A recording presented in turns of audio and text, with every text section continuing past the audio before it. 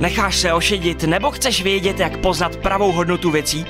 Díky oboru oceňování majetku na bankovním institutu získáš znalosti pro odhadování cen v oblasti realit, majetku či cenných papírů a staneš se žádaným profesionálem s možností práce po celé Evropě. Poslechni si zkušenosti našich studentů a vyučujících a začni pracovat na svoji budoucnosti. Naše vysoká škola vlastně byla zřízena nebo připravená k tomu, aby vychovávala nejlépe, nejvíce kvalifikované odborníky na různé bankovní profese. Tak jako Benjamin Franklin řekl, že jenom dvě věci jsou neměnné a trvalé, a to je smrt a daně, tak já mohu doplnit a stojím si za tím, že tou třetí věc je ocenění.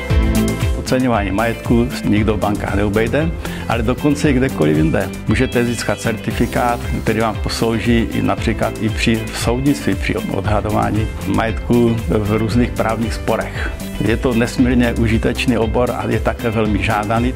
Když jsem byla na dní otevřených dveří, tak mi to prostě přišlo hrozně zajímavé, protože oni říkali, že když vystudujeme ten obor, tak máme jako dobrou perspektivu, že můžeme pak pracovat jako sami pro sebe. Takže je to obrovský prostor pro osobní rozvoj. Absolventům je poskytnuto vzdělání ekonomické, technické a i s přesahem do právní oblasti. Absolventi potom mají širší uplatnění než pouze v jednom směru. Mohou to být samozřejmě odhadci majetku, postupně se mohou vypracovat i na soudní znalce. Tento obor je vyučován v Evropě pouze v Leedsu a z významných světových univerzit, tak je to univerzita v Chicagu v USA.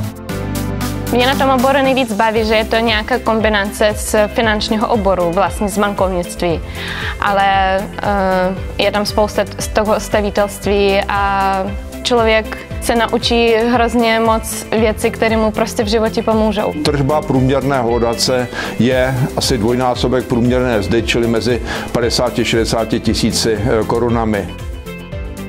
Pro ty, co se zajímají o ekonomické obory, tak bych doporučil začít s oceňováním majetku, jelikož oceňování je základním kamenem pro samotnou ekonomii.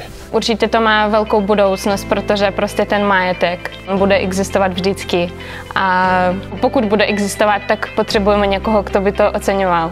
Když máš vysoké cíle, bankovní institut je ta správná volba. Domluv si u nás osobní schůzku. Bankovní institut tě připraví pro život.